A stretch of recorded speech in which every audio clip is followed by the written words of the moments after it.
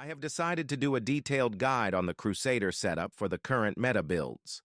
There are a few versions to go over, and most of this is about balancing your setup around you and your gameplay style. Then, it is about the best setup overall. Keep in mind all the changes we do are a trade-off in one way or another. Let's talk green set pieces. Two versions of this are played in the current meta, and both are very viable. One has more randomized burst damage, and the second one has more consistent damage. The randomized burst setup uses 4 pieces of Angment, 2 pieces of Barons, and 2 pieces of Urges. The idea behind this is that when the Angment stacks proc and Yawning Rose, Judgment Shoulders hits, these all are harmful effects. So it is affected by the Barons and the 2-piece Angment effect, adding a total of 60% duration to the damage, which increased by the player's potency versus the player's resistance. This is then turned into an instant damage proc from the Condemn, Torrential Reframe offhand, and Heart of Grandeur body armor.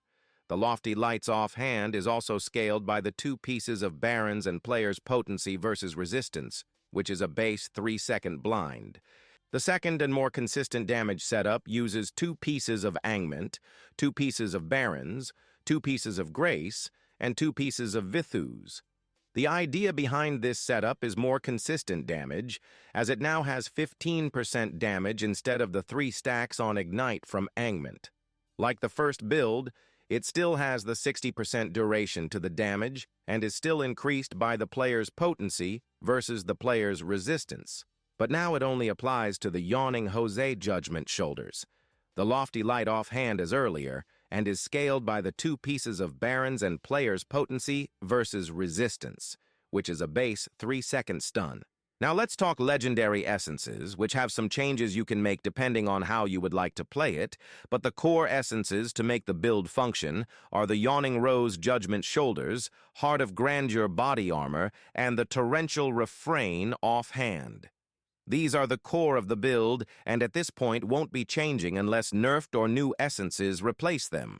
From here, I prefer the Shield Glare offhand, Lofty Light, and Redeemer's Metal Helm from a larger area of effect blind, which can also be played with Blinding Wall offhand and Arrow Keeper Helm for a replacement of Holy Banner for Shield Glare.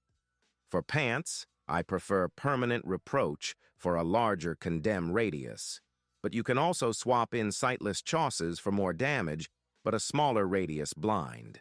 Main hands depend on if you are choosing to use Punish or Sacred Fire, but the 2 combinations are Wretch Splitter and Observer.